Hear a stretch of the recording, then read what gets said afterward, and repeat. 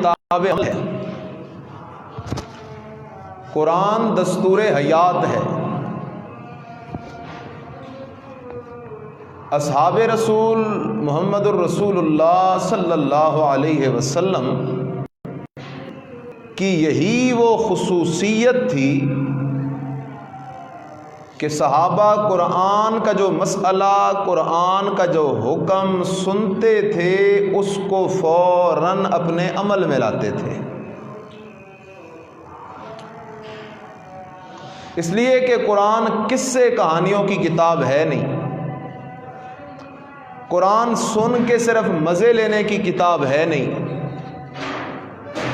قرآن کتاب عمل ہے، قرآن کتاب انقلاب ہے۔ یہی وہ کتاب ہے جس کتاب پہ اصحاب رسول صلی اللہ علیہ وسلم نے عمل کیا اور اسلام کو وہ غلبہ نصیب ہوا کہ اسلام کا ایک وقت وہ بھی آیا کہ 22 لاکھ مربع میل کے علاقے پر لا الہ الا اللہ محمد الرسول اللہ کی آوازیں گونج رہی تھی۔ اس کے پیچھے کتاب انقلاب قرآن کا سارا رنگ تھا صحابہ پر۔ تو قرآن کا چوتھا حق عمل بالقرآن ہے۔ میں نے جو یہ سورہ طٰہٰ کی آیتیں پڑھی،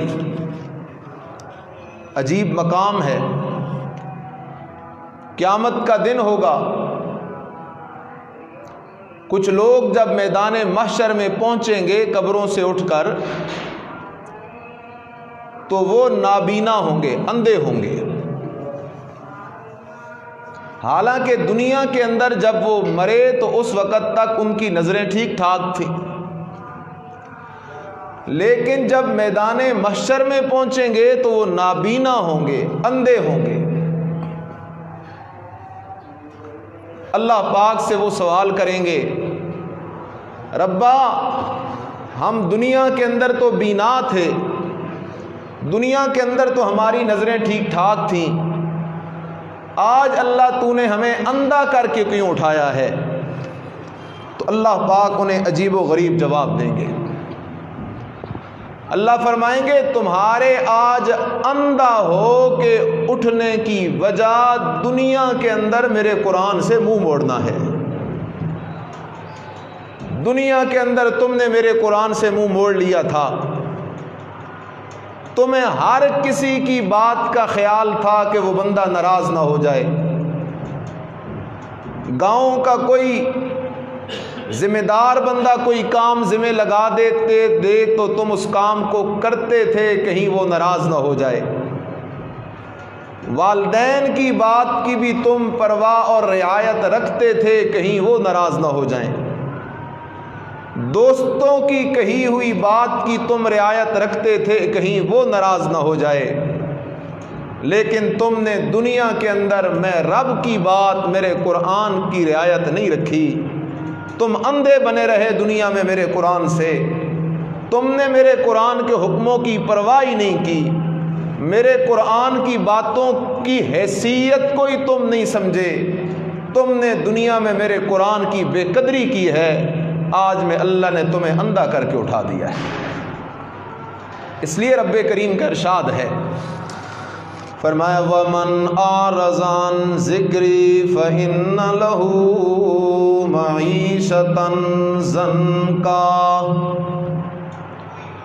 وَمَنْ أَعْرَضَ عَنْ ذِكْرِي فَإِنَّ لَهُ مَعِيشَةً ضَنْكًا۔ اللہ کہتا ہے جو بندہ میرے قرآن سے منہ موڑتا ہے، میرے قرآن سے اعراض کرتا ہے، جو بندہ میرے قرآن کے مسئلے سے اعراض کرتا ہے، آؤ بندو سن لو میرا فیضا، فَإِنَّ لَهُ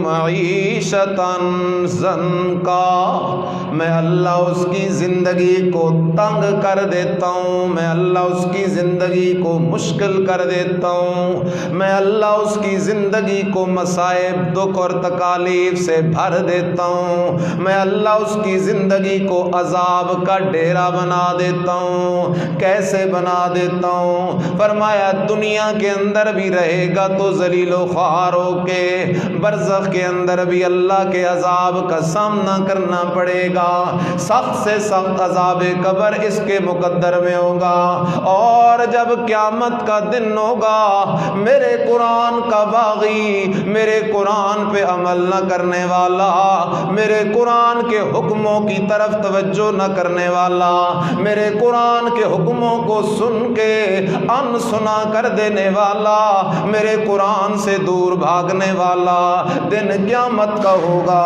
اللہ فرماتے ہیں وَنَحْشُرُهُ یوم القیامت اعمیٰ، میں اللہ ان لوگوں کو قبروں سے اٹھا کر میدان محشر کے اندر جمع کروں گا، اس حال کے اندر کہ وہ اندھے ہوں گے اور اللہ سے سوال کریں گے اور کہیں گے رب لم حشرتنی اعمیٰ، رب آج تو نے ہمیں اندھا کر کے کیوں اٹھایا ہے؟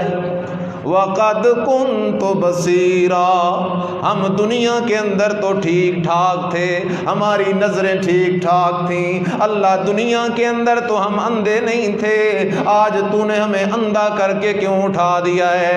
اللہ پاک جواب دیں گے، میرا دوست عجیب جواب دیں گے، آج موقع ہے کہ ہم اس حال سے بچ جائیں۔ اللہ فرمائیں گے او میرا بندہ، او میرا بندہ، کذالک اتت کا آیاتنا فنسیتہا وکذالک اليوم تنسا، دنیا کے اندر میرے پیغمبر آ کے تجھے میرے پیغام سناتے رہے، پیغمبروں کے سچے وارث قرآن ہاتھوں میں اٹھا اٹھا کے، آیتیں بتا بتا کے، صورتیں بتا بتا کے، حوالے بتا بتا کے تجھے مسئلے سناتے رہے، مسئلے سناتے رہے۔ او بندہ، اللہ کے ساتھ کسی کو شریک نہ کرنا، اللہ وحدہ لا شریک ہے، پیارے نبی محمد الرسول اللہ صلی اللہ علیہ وسلم کی سنت سے بغاوت نہ کرنا، اصحاب رسول اللہ صلی اللہ علیہ وسلم سے بغض نہ رکھنا۔ او بندہ، اللہ کو چھوڑ کے کسی کو حاجت روا مشکل کشا نہ سمجھنا، او بندہ چوری نہ کرنا، او بندہ زنا نہ کرنا، او بندہ ناپ تول کے اندر کھوٹ نہ کرنا، او بندہ قتل نہ کرنا، او بندہ کسی پہ ظلم نہ کرنا۔ دنیا کے اندر میرے وارث، دنیا کے اندر میں اللہ کے نائب آ کے تجھے پیغام سناتے رہے میری کتابوں کے ذریعے، میرے قرآن کے ذریعے، لیکن فنسیتہا، تو نے میرے بھیجے ہوئے پیغامات کو بھلا دیا، دنیا میں تو نے میری بات کو بھلا دیا تھا، آج میرا بھی رویہ دیکھ لے، وَكَذَلِكَ الْيَوْمَ تُنْسَا، آج میں اللہ بھی تمہیں جہنم میں پھینک کر بھلا دوں گا، میں اللہ تمہیں یاد ہی دوبارہ نہیں کروں گا۔ اس لیے میرا دوست آج مہلت ہے، آج فرصت ہے عمل بالقرآن کی، کوشش کر قرآن جو آرڈر کرے اس آرڈر کو تسلیم کر، قرآن جو مسئلہ بیان کرے اس مسئلے کو تسلیم کر، قرآن جو بات کرے اس بات کو تسلیم کر، اس لیے کہ قرآن سے لڑائی اللہ سے لڑائی ہے، اور اللہ سے لڑائی کر کے بندہ مسلمان رہ سکتا نہیں ہے۔ نبی کی سنت سے لڑائی نبی سے لڑائی ہے، قرآن سے لڑائی رب سے لڑائی ہے، اور رب سے لڑ کے کوئی مسلمان رہ سکتا کوئی نہیں۔ اس لیے آج موقع ہے عمل بالقرآن کا، قرآن پہ عمل کرنے کا موقع ہے۔ آج چند مثالیں میں ذکر کیے دیتا ہوں اللہ کے قرآن کی، اللہ نے کن کن باتوں کا حکم کیا۔ یہ مضمون تو بڑا لمبا ہے، بڑا طویل ہے، لیکن چند ایک مسئلے بطور مثال کہ میں ذکر کیے دیتا ہوں تاکہ ہمیں پتہ تو چلے کہ قرآن پہ ہم نے کیسے عمل کرنا ہے۔ میرے سامنے یہ سورہ نور ہے، سورہ نور کی آیت نمبر 2 ہے۔ اللہ پاک نے سورہ نور کی اس آیت نمبر 2 میں ایک حکم دیا ہے، حکم بھی عجیب دیا ہے۔ اللہ، آج آئے روز پورے ملک کے اندر شور ہوتا ہے، کسی کی عزت لٹ جاتی ہے، 2 دن 4 دن شور ہوتا ہے، پھر وہ مجرم بھی آزاد اور شور کرنے والے بھی آرام کی نیندیں سو جاتے ہیں، آرام کی نیند سو جاتے ہیں۔ لیکن اگر اس شور شرابے کی بجائے، لیکن اگر اس ماتم کی بجائے اللہ کے قرآن پہ عمل کر لیا جائے تو زنا کا رستہ خود بخود بند ہو جائے گا۔ خیال کر میرا دوست، اس لیے کہ قرآن صرف سننے سنانے کی کتاب نہیں، کسی ملک کی عدالت کا قانون بھی ہے تو وہ قرآن ہے، کسی ملک کی داخلہ پالیسی بھی ہے تو قرآن ہے، کسی اسلامی ملک کی خارجہ پالیسی بھی ہے تو قرآن ہے۔ اس لیے کہ قرآن وہ آئین ہے جس آئین کو مقرر کرنے والا رب رحمان ہے۔ اس سے بڑا آئین کون سا ہو سکتا ہے؟ رحمان نے اب ایک قانون بیان کیا، فرمایا او میرے بندو، اپنے معاشرے کو اگر زنا سے پاک کرنا چاہتے ہو، اگر ظلم و ستم کی ان داستانوں سے اپنے آپ کو بچانا چاہتے ہو، آؤ میرے قرآن پہ عمل کرو۔ اللہ کیسے عمل کریں؟ فرمایا اگر شادی شدہ جوڑا زنا کرے تو انہیں چوک میں کھڑا کر کے رجم کرو، اور اگر غیر شادی شدہ زنا کرے تو انہیں چوک کے اندر 80 کوڑے لگاؤ۔ کتنے کوڑے لگاؤ؟ 100 کوڑے، انہیں 100 کوڑے لگاؤ۔ فَاجْلِدُوا مِنْهُمَا كُلَّ وَاحِدٍ مِنْهُمَا 100 جلدہ، ان کو چوک میں کھڑے کر کے 100 کوڑے لگاؤ۔ آج بعض اوقات جب اللہ کی مقرر کی ہوئی ان حدود کی باتیں ہوتی ہیں، کئی کلمہ گو مسلمان بھی بڑے حیران ہوتے ہیں، یہ تو جی زیادتی نہیں ہے، زنا ہو گیا ہے شادی شدہ سے تو تم کہتے اس کو رجم کرو، غیر شادی شدہ سے غلطی ہو گئی ہے تم کہتے اس کو چوک کے اندر کوڑے لگاؤ۔ میرا دوست، یہ رب کا قانون ہے اور رب حکمتوں کا بادشاہ ہے، اس کا قانون ہے۔ کیا فرمایا رب نے؟ فرمایا الزانیۃ والزانی فاجلدوا کل واحد منہما 100 جلدہ، زنا کرنے والی عورت، زنا کرنے والا مرد، ان میں سے ہر ایک کو 100 کوڑے لگاؤ۔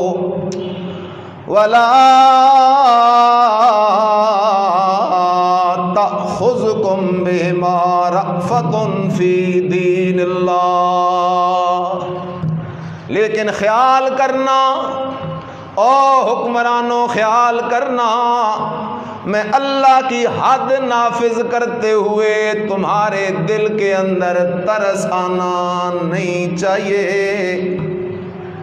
اگر ایسے مجرم پہ ترس کھاؤ گے تو سارا معاشرہ خراب ہو جائے گا۔ اس لیے لا تأخذکم بہما رأفۃ فی دین اللہ ان کنتم تؤمنون باللہ والیوم الآخر، اگر تم اللہ اور آخرت پہ ایمان رکھتے ہو تو اس قانون پہ عمل کرو۔ وَلْيَشْهَدْ عَذَابَهُمَا طَائِفَةٌ مِّنَ الْمُؤْمِنِينَ، اور زانی جوڑے کو حد کی سزا چھپ چھپا کے بھی نہیں دینی۔ فرمایا وَلْيَشْهَدْ عَذَابَهُمَا طَائِفَةٌ مِّنَ الْمُؤْمِنِينَ، زانی کو سزا، زانی پہ حد کا نفاذ کھلے چوک چوراہے میں کرنا ہے، تاکہ لوگ بھی دیکھیں کہ اس بندے نے زنا کیا ہے، اس لیے سے کوڑے لگ رہے ہیں، اس نے زنا کیا ہے شادی شدہ ہو کر، اس لیے سے رجم کیا جا رہا ہے۔ جب 2-4 زانیوں کو رجم کیا جائے، 2-4 زانیوں کو چوکوں میں کوڑے لگائے جائیں، تو کسی کی بیٹی اور بہن کی عزت میں کوئی ہاتھ نہیں ڈالے گا۔ ہماری عزتوں کا محافظ عمل بالقرآن ہے۔ ایک عورت نبی علیہ السلام کے دربار میں آتی ہے، کہتی یا رسول اللہ صلی اللہ علیہ وسلم، مجھ سے گناہ ہو گیا ہے، میں زنا کا ارتکاب کر بیٹھی ہوں۔ حضرت نے فرمایا انتظار کر، شاید تیرے پیٹ میں حمل ہو، بچہ پیدا ہو گیا، آ گئی۔ اللہ کے نبی حد نافذ کر دیجئے، میں چاہتی ہوں دنیا کی سزا برداشت کر لوں، آخرت کے عذاب سے بچ جاؤں۔ اللہ کے نبی آخرت کے عذاب سے مجھے ڈر لگتا ہے۔ نبی علیہ السلام نے فرمایا انتظار کر، تیرا بچہ کھانے پینے کے قابل ہو جائے۔ پھر ایک دن آتی یا رسول اللہ صلی اللہ علیہ وسلم دیکھیے تو صحیح، اب میرا بچہ کھا پی بھی رہا ہے۔ نبی علیہ السلام نے صحابہ کو حکم دیا مریدو لے جاؤ، اس پہ اللہ کا قانون نافذ کر دو۔ صحابہ لے گئے اس عورت کو ایک جگہ کے اندر، یہاں ناف تک اسے زمین کے اندر دبا دیا، پتھر مارنے شروع کر دیے، رجم کرنا شروع کر دیا۔ آخر کے اندر حضرت خالد بن ولید رضی اللہ تعالیٰ عنہ نے ایک بڑی ہڈی اٹھا کے اس کے سر پہ ماری، اس کا سر کھل گیا، وہ عورت اسی کے ساتھ مر جاتی ہے، فوت ہو جاتی ہے، لیکن خون کے کچھ چھینٹے اڑ کر حضرت خالد بن ولید رضی اللہ تعالیٰ عنہ کے کپڑوں پہ لگ جاتے ہیں۔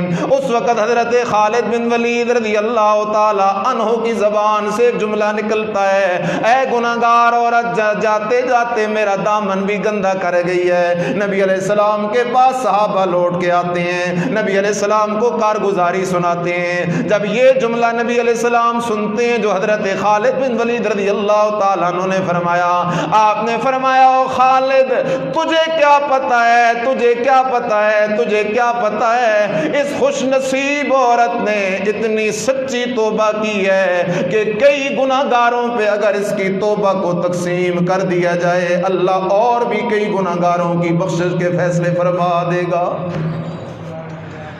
اس لیے عزتوں کا تحفظ عمل بالقرآن میں۔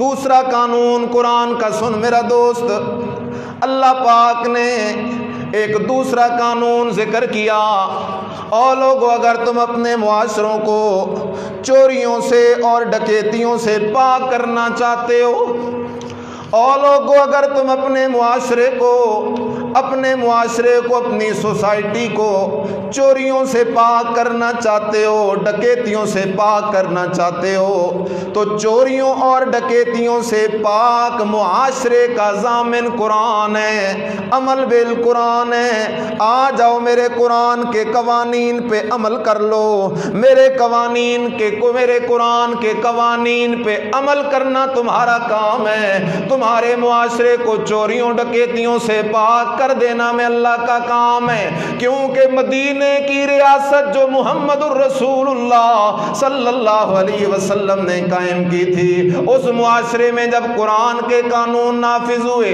اس معاشرے میں جب قرآن پہ عمل شروع ہوا، اس معاشرے کے اندر چوری کا نام و نشان باقی نہ رہا۔ اللہ کیا حکم ہے قرآن کا؟ فرمایا السارق والسارقۃ فاقطعوا ایدیہما جزاء بما کسبا نکالا من اللہ واللہ عزیز حکیم۔ اگر کوئی بندہ چوری کرے، چاہے چوری کرنے والا مرد ہو، چاہے چوری کرنے والی عورت ہو، اگر گواہوں کی موجودگی میں چوری ثابت ہو جائے، آؤ میرے بندوں میں اللہ پاک تمہیں معاشرے کو چوری ڈکیتی سے پاک کرنے کا قانون بتا رہا ہوں، قرآن پہ عمل کر کے اپنے معاشرے کو درست کر لو۔ اللہ کیا حکم ہے؟ فرمایا فَاقْطَعُوا ایدیہما جزاء بما کسبا، ان کے ہاتھ کاٹ دو، ان کا دایاں ہاتھ کاٹ دو، نکالا من اللہ، یہ چور کے لیے سزا ہے اللہ کی جانب سے، واللہ عزیز حکیم۔ میرے حکموں کے اندر تردد کا شکار نہ ہونا، یوں نہ سوچنا کہ کہیں زیادتی نہ ہو جائے گی، اس لیے کہ میں اللہ عزیز بھی ہوں اور میں اللہ حکیم بھی ہوں، میرے ہر حکم کے اندر حکمت موجود ہوتی ہے۔ عمل بالقرآن، قرآن پہ عمل کرو۔ اللہ اکبر۔ قرآن عمل کی کتاب ہے، قرآن آئین ہے، قرآن دستور ہے۔ اس لیے میرا دوست، ایک موقع پہ ایک بندہ نبی علیہ السلام کے پاس آتا ہے اور آ کے کہتا ہے یا رسول اللہ صلی اللہ علیہ وسلم انی سرقت جملاً، میں نے ایک اونٹنی چوری کی ہے فلاں قبیلے والے بندے کی، فلاں خاندان اور قبیلے کا جو بندہ ہے میں نے اس کی اونٹنی چوری کی ہے، لہٰذا جو اللہ کا حکم ہے، کہتا ہے یا رسول اللہ طاہرنی، مجھے پاک کر دیں، مجھ سے گناہ ہو گیا ہے، مجھے اس گناہ سے پاک کر دیں، یعنی میرے اوپر اللہ کا قانون نافذ کر دیں، حد جاری کر دیں۔ نبی اکرم محمد الرسول اللہ صلی اللہ علیہ وسلم اپنے کچھ صحابہ کو بھیجتے ہیں، بھائی چلے جاؤ اس قبیلے کے اندر اور ان قبیلے والوں سے پوچھ کے آؤ کیا تمہاری کوئی چوری ہوئی۔ صحابہ جاتے ہیں اس قبیلے والوں کے پاس، وہ قبیلے والے کہتے ہیں جی ہماری ایک اونٹنی چوری ہو چکی ہے۔ جب وہ لوٹ کے آتے ہیں نبی علیہ السلام صحابہ کو کہتے ہیں ٹھیک ہے اس کو لے جاؤ باہر میدان کے اندر اور اس کا ہاتھ کاٹ دو۔ خود آیا چل کے، اس کا ہاتھ کاٹ دو۔ حضرت ثعلبہ رضی اللہ تعالیٰ عنہ فرماتے ہیں اس بندے کا ہاتھ جو کاٹا، ہاتھ جا کے گرا زمین پر، اللہ اکبر، ہاتھ کٹ کے زمین پہ جو گرا، اور جس کا ہاتھ کٹ گیا ہے اس کی زبان پہ ایک جملہ آ جاتا ہے۔ حضرت ثعلبہ وہ جملہ سناتے ہیں اور کہتا ہے وہ بندہ جس کا ہاتھ کٹ کے زمین پہ گر گیا ہے وہ کہتا ہے الحمدللہ الذی طہرنی منکا اردت ان تدخل جسدی النار۔ اے ہاتھ الحمدللہ، میں اس اللہ کی تعریف کرتا ہوں جس نے تجھ جیسے بد نصیب ہاتھ سے مجھے نجات دے دی ہے۔ اے ہاتھ، تیرا پروگرام تو یہ تھا کہ میرے سارے جسم کو تو جہنم کی آگ میں پہنچا دے، آج جو تو کٹ گیا ہے میری جان چھوٹ گئی ہے۔ اس لیے تو میں عرض کر رہا ہوں میرا دوست، اگر معاشرے کی اصلاح چاہتا ہے تو قرآن پہ عمل کرنا ضرور ہے۔ قرآن پہ عمل کیے بغیر معاشرے کی اصلاح ہو نہیں سکتی۔ دوسری حدیث سن لے، صحابہ کرام رضوان اللہ تعالی علیہم اجمعین نقل کرتے ہیں مکہ کے اندر ایک عورت سے چوری ہو گئی، چوری ہو گئی ایک عورت سے۔ اب مکہ کے جتنے لوگ ہیں صحابہ کرام ہیں، ان کا خیال یہ ہے کہ نبی علیہ السلام سے سفارش کی جائے کہ اس عورت کو کوئی اور سزا دے دی جائے، اس عورت سے کوئی جرمانہ وصول کر لیا جائے۔ لیکن اس کا ہاتھ نہ کاٹا جائے۔ صحابہ سوچ رہے ہیں سفارش کس سے کروائیں، آخر کار طے ہوتا ہے نبی علیہ السلام کا ایک چھوٹا سا صحابی حضرت اسامہ بن زید ہے رضی اللہ تعالیٰ عنہ، نبی علیہ السلام اس سے بڑا پیار کرتے ہیں، بڑی محبت کرتے ہیں۔ صحابہ نے کہا ہے اسامہ، نبی علیہ السلام تجھ سے بڑا پیار کرتے ہیں، تو نبی علیہ السلام سے جا کے اس عورت کی سفارش تو کرنا کہ اللہ کے نبی کوئی اور جرمانہ لگا دیجئے، ہاتھ نہ کاٹیے۔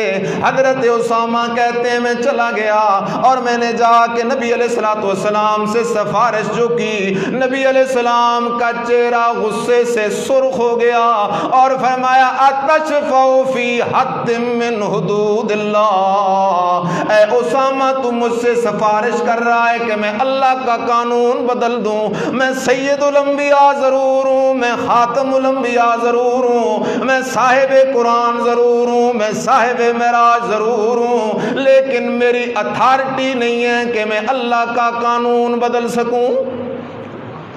اتشفع فی حد من حدود اللہ، کیا تو مجھ سے اللہ کا قانون بدلوانا چاہتا ہے؟ حضرت اسامہ پریشان ہو گئے، ادھر ہی کہتے ہیں استغفر لی یا رسول اللہ، اللہ کے نبی مجھ سے غلطی ہو گئی ہے، اللہ سے میرے لیے مغفرت کی دعا کریں۔ وہی حضرت اسامہ کہتے ہیں شام کا وقت ہوا، شام کا وقت ہوا، نبی علیہ السلام آ کے ممبر پہ کھڑے ہو گئے، فَأَثْنَى عَلَى اللَّهِ، اللہ کی تعریف کی، اور اللہ کی تعریف کرنے کے بعد نبی علیہ السلام نے دو جملے ارشاد فرمائے۔ پہلا جملہ فرمایا فَإِنَّمَا أَهْلَكَ الَّذِينَ، او میرے صحابہ تم سے جو پہلے لوگ تھے ان کی ہلاکت کی وجہ یہ ہے، ان کی بربادی کی وجہ یہ ہے کہ اذا سرق فیہم الشریف، اگر ان کا کوئی مالدار آدمی چوری کرتا تو ترکوہ، اسے سزا نہیں دیا کرتے تھے، اس سے جرمانہ لے کے اسے چھوڑ دیا کرتے تھے۔ مالداروں کے لیے ان کا اور قانون تھا، وَإِذَا سَرَقَ فِيهِمُ الضَّعِيفُ، اور اگر ان کے اندر کوئی کمزور آدمی چوری کر بیٹھتا، کوئی غریب آدمی چوری کر بیٹھتا تو فَأَقَامُوا عَلَيْهِ الْحَدَّ، اس پہ حد نافذ کر دیا کرتے تھے۔ یہود اور نصارہ کی بربادی کی وجہ یہ ہو میرے صحابہ کہ اگر ان میں کوئی مالدار بندہ چوری کرے تو اس کا ہاتھ نہیں کاٹتے تھے، اس پہ حد نہیں جاری کرتے تھے، اگر غریب بندہ کرے تو اس پہ حد جاری کرتے تھے۔ یعنی انہوں نے مالداروں کے لیے اور قانون بنا لیا تھا، غریبوں کے لیے اور قانون بنا لیا تھا۔ لیکن میں سارے نبیوں کا سردار محمد الرسول اللہ صلی اللہ علیہ وسلم تمہیں ایک بات کہہ رہا ہوں میرے صحابہ، تم تو اس عورت کے حق میں سفارش لے کے آئے ہو، والذی نفسی بیدہ، میں محمد کو اس رب کی قسم ہے جس کے قبضہ قدرت میں میری جان ہے، لو ان فاطمہ بنت محمد، اگر میں محمد کی بیٹی فاطمہ سے بھی چوری ہو جاتی، لقطعت یدہا، میں اپنی بیٹی کا بھی ہاتھ کاٹ دیتا، لیکن اللہ کے قانون میں تبدیلی نہ کرتا۔ میں اپنی بیٹی کا بھی ہاتھ کاٹ لیتا لیکن اللہ کے قانون میں تبدیلی نہ کرتا۔ یہ ہے عمل بالقرآن۔ آج ہمارے معاشرے کو ایسی بیماریاں لگ گئیں جو لا علاج ہوتی جا رہی ہیں، اس کی بنیاد یہ ہے کہ ملک اسلامی، معاشرہ اسلامی، باسی مسلمان، قرآن کو ماننے والے، لیکن میرا دوست آج اگر سب سے مظلوم کوئی کتاب ہے تو اس کا نام قرآن ہے۔ آج قرآن کے احکامات پہ عمل نہیں ہو رہا، نہیں تو میرے رب کے قوانین عجیب و غریب قوانین ہے۔ مثال کے طور پہ ایک بندہ قتل کر جائے، قرآن نے قانون بیان کیا کہ گواہ گواہی دے دیں تو اس بندے کو قصاصاً کیا کر دو، قتل کر دو۔ اسلامی ریاست کا قانون ہے، اس بندے کو قصاصاً قتل کر دو، اور میرے رب نے فرمایا او میرے بندو، اس قصاص لینے کے اندر تمہاری حیات ہے، تمہارے معاشرے کی بقا ہے۔ اس کے اندر تمہاری بقا ہے۔ یہ رب کے بیان کیے ہوئے قوانین ہیں۔ آج ضرورت ہے عمل بالقرآن کی۔ یہ سورہ نساء میرے سامنے ہے۔ یہ تو بات ہو گئی حکمرانوں کی، ریاست کی۔ اب آؤ قرآن نے کچھ انفرادی احکام بھی بیان کیے ہیں۔ انفرادی احکام۔ آج ہم انفرادی طور پر بھی قرآن پر عمل سے بہت دور ہو گئے ہیں، اور قرآن کتاب عمل ہے، مظلوم کتاب ہے۔ میرے سامنے یہ سورہ نساء ہے۔ سورہ نساء کی آیت نمبر 11 ہے۔ اللہ پاک نے اپنے قرآن میں سورہ نساء میں آیت 11 میں ایک مسئلہ ذکر کیا۔ مسئلہ کیا ہے؟ فرمایا او میرے بندو، جس طرح دنیا میں آئے تھے تو خالی ہاتھ تھے، جب جاؤ گے تو تب بھی خالی ہاتھ جاؤ گے۔ بڑے بڑے بادشاہ چلے گئے، ساتھ ککھ بھی لے کے نہیں گئے۔ اس لیے آؤ میں اللہ ایک قانون بیان کرنے لگا ہوں، میرے قرآن پہ عمل کرو، نہیں تو کل قیامت کے دن اندھے ہو کر میدان محشر میں اٹھائے جاؤ گے۔ اگر قیامت کے دن اندھا ہونے سے بچنا چاہتے ہو تو آؤ قرآن پہ عمل کرو۔ اللہ کیا حکم ہے؟ ہم بندے جو تیرے، اللہ تیرے حکموں پہ عمل نہیں کریں گے تو کدھر جائیں گے؟ فرمایا آؤ میرا حکم سن لو۔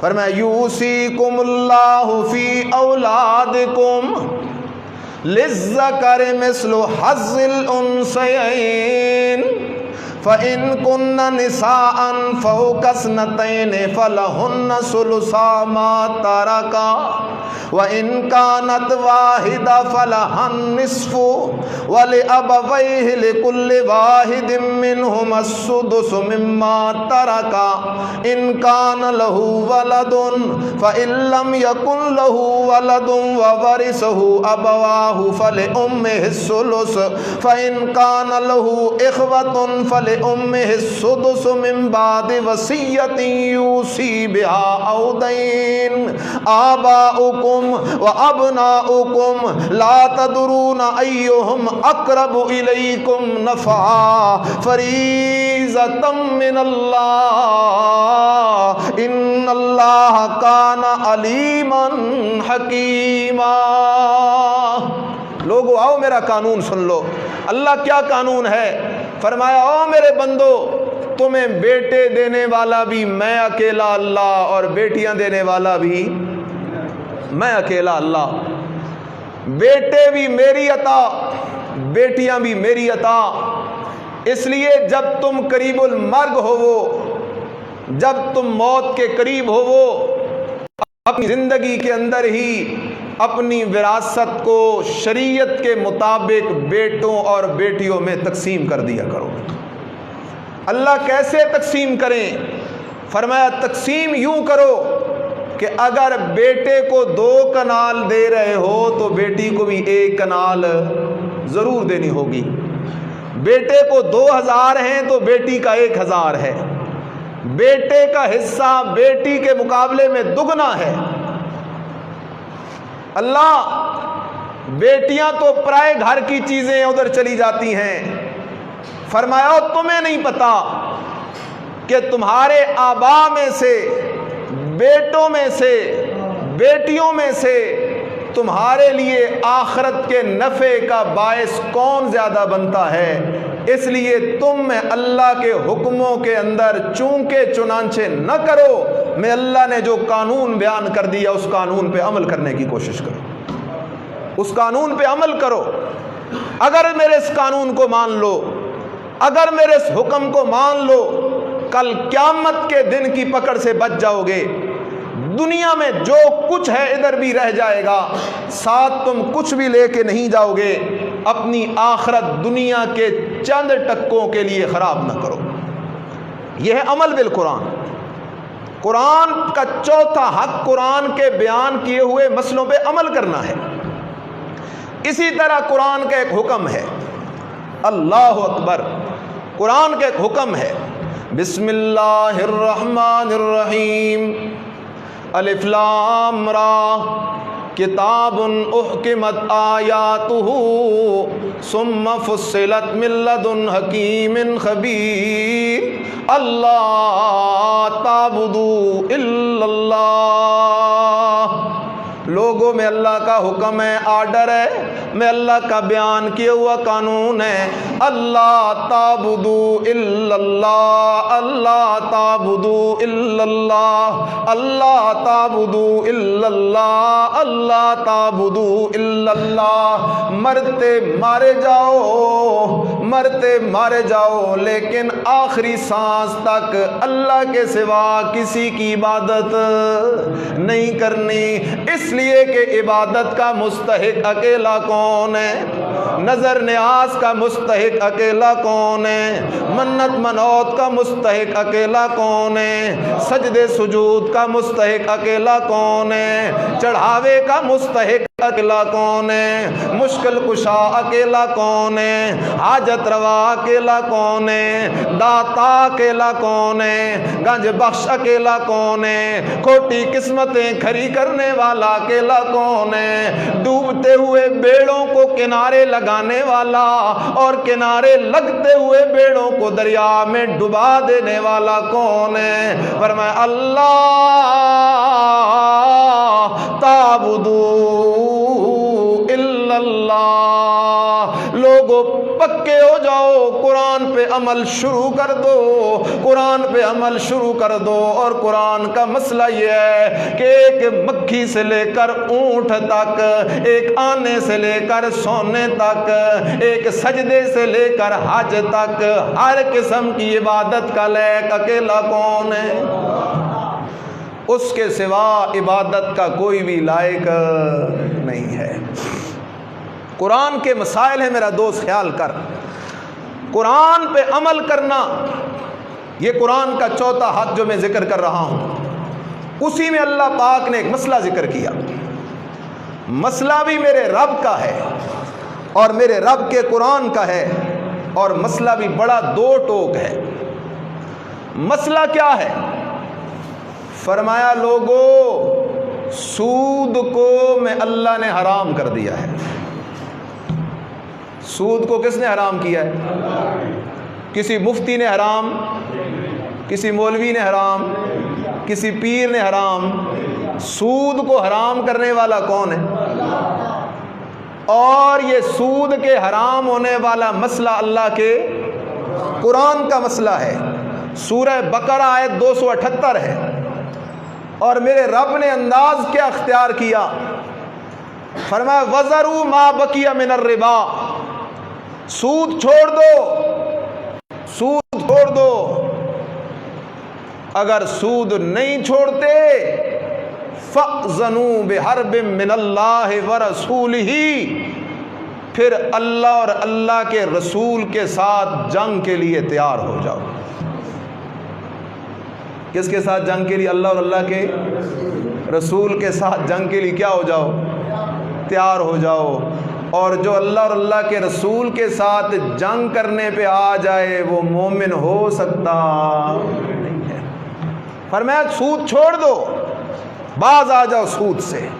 اب قرآن پہ عمل کا تقاضا یہ ہے، مومن وہ ہوگا جو بھوکا تو مر جائے گا لیکن سود کھائے گا، سود والا کاروبار کرے گا نہیں، اور نمازیں بھی پڑھے، روزے بھی رکھے، حج بھی کرے، ہر سال عمرے بھی کرے، تسبیح بھی ہاتھ سے نہ پھینکے، لیکن سود بھی نہ چھوڑے، تو پھر اس سے بڑا بد نصیب اور اللہ کی مار کا مارا ہوا اور بندہ ہی کوئی نہیں ہے۔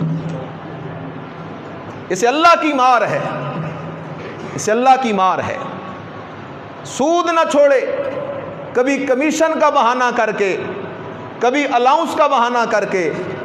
اور میں ایک دوست، میرے بھائیوں میں ایک بات بڑے درد سے کرنے لگا ہوں، خیال کرو۔ آپ کے پاس سونا ہو، چاندی ہو، مال ہو، اسے آپ سڑک پہ رکھ دیں گے یا اس کو خزانے کے اندر سنبھال کے رکھیں گے؟ سنبھال کے رکھو گے۔ سب سے قیمتی دولت ایمان ہے۔ سب سے قیمتی دولت کیا ہے؟ ایمان ہے.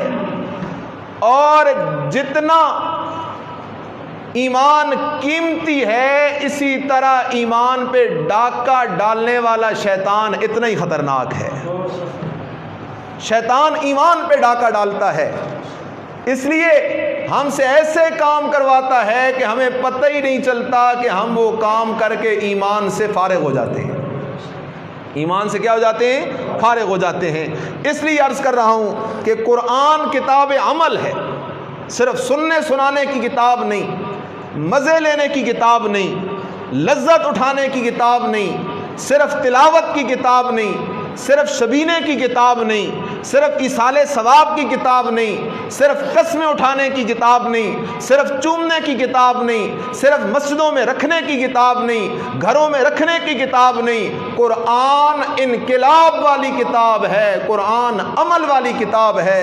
اگر میں اور آپ چاہتے ہیں آخرت میں ہم سے رب بھی راضی ہو، آخرت میں مصطفیٰ کریم کی زیارت بھی ہو، آخرت میں صحابہ سے ملاقات بھی ہو، آخرت میں ہمیں حوض کوثر پہ آمنہ کے لال سے کے ہاتھوں سے حوض کوثر بھی نصیب ہو، اس کا ایک ہی رستہ ہے، قرآن پہ عمل کرنا پڑے گا.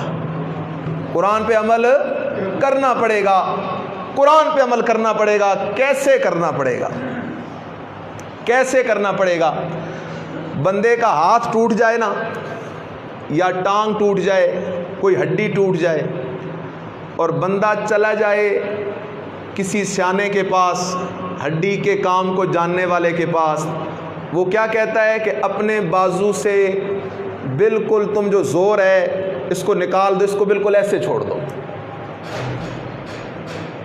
تم اب اس پر زور نہیں لگانا، یعنی تم اپنے ٹوٹے ہوئے ہاتھ کو بالکل میرے حوالے کر دو. اب اس کی جو مرضی ہڈی کو جدھر پھیرے، جدھر لگائے، جیسے لگائے، وہ اس کے بس کی بات ہے، اس کی ذمہ داری ہے، ہم سارا کچھ اس کے سپرد کر دیتے ہیں. اسی طرح اگر ہم آخرت کے اندر اپنی کامیابی چاہتے ہیں، اپنی عقل کو بھی سائڈ پہ رکھ دو، اپنے علم کو بھی سائڈ پہ رکھ دو، اپنے عہدے کرسی اور اپنی چودراہٹ کو بھی سائڈ پہ رکھ دو، سارا کچھ سائڈ پہ رکھ کے اپنے آپ کو قرآن کے حوالے کر دو. اللہ کا قرآن جدھر تو جائے گا ہم نے بس تیرے پیچھے جانا ہے. اے اللہ کے نبی کی حدیث جدھر تو جائے گی ہم نے تیرے پیچھے جانا ہے. قرآن ہم نے تجھ سے بھی نہیں ٹکر لینی. اے اللہ کے نبی کی حدیث ہم نے تجھ سے بھی ٹکر نہیں لینی، کیونکہ قرآن سے لڑائی رب سے لڑائی ہے، حدیث سے لڑائی آمنہ کے لال سے لڑائی ہے، اور نبی اور رب ذوالجلال سے لڑ کر بندہ مسلمان نہیں رہ سکتا. ممکن نہیں ہے یہ بات. اب ایک بندہ سود کا کاروبار کر رہا ہو، اسے سوچنا چاہیے کہ میں اللہ کے ساتھ لڑائی کے لیے تیار ہو رہا ہوں. اللہ نے مال دیا، ایسے بدنصیبیاں ہوتی ہیں. مجھے اس دن ایک بندے نے فون کیا، کہتے ہیں جی ایک بزرگ ہیں، ان کے آخری وقت تھا، موت سے 1-2 دن پہلے اپنے بیٹوں کو کہا پٹواری کو بلاؤ، اور اپنی ساری جائیداد اپنی زندگی میں وہ بندہ اپنے بیٹوں کے نام چڑھا گیا اور بیٹیوں کو محروم کر گیا ہے. اب اس کے بیٹے خیرات کرنا چاہتے ہیں اس باپ کے پیچھے. میں نے کہا اگر اس کے بیٹے پوری دنیا اٹھا کے باپ کے پیچھے خیرات کر دیں اس کی بخشش نہیں ہو سکتی جب تک کہ ان بیٹیوں کا حق نہ ادا کیا جائے. کیوں؟ رب اپنا حق معاف کر دے گا لیکن بندے کا حق معاف نہیں کرتا.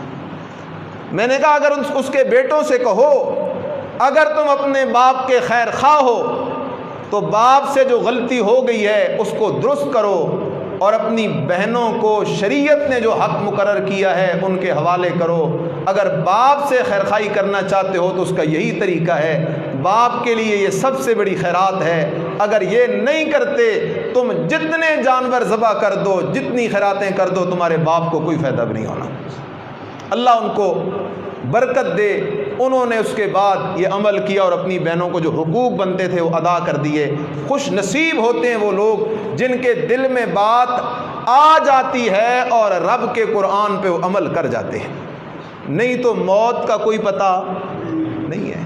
کیا معلوم میں اس ممبر سے اتر سکتا ہوں یا نہیں اتر سکتا، مجھے یہاں موت آ جائے۔ کیا معلوم آپ کھڑے ہو سکتے ہیں، جگہ سے نہیں کھڑے ہو سکتے، ادھر ہی موت آ جائے۔ اس لیے میرا دوست رب کے ساتھ کھاتا 24 گھنٹے صاف رکھ، رب کے ساتھ کھاتا 24 گھنٹے صاف رکھ۔